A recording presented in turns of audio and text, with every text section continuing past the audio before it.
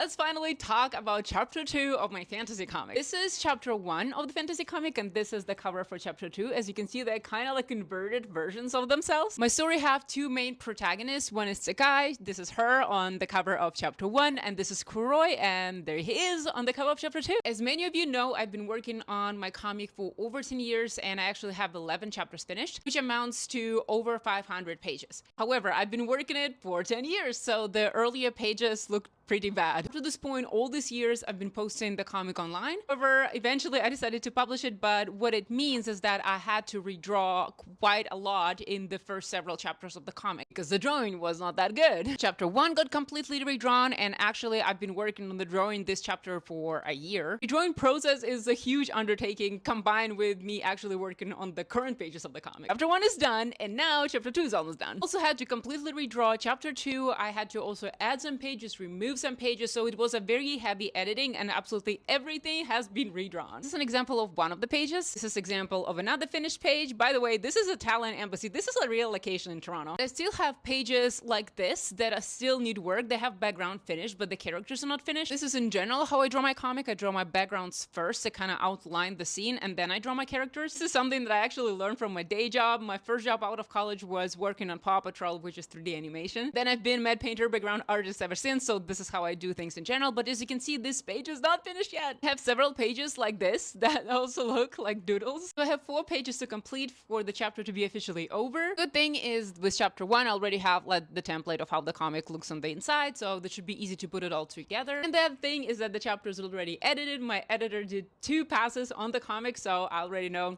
we caught all the typos, which is amazing. So I just need to finish 4 pages and the chapter will be ready to go in June.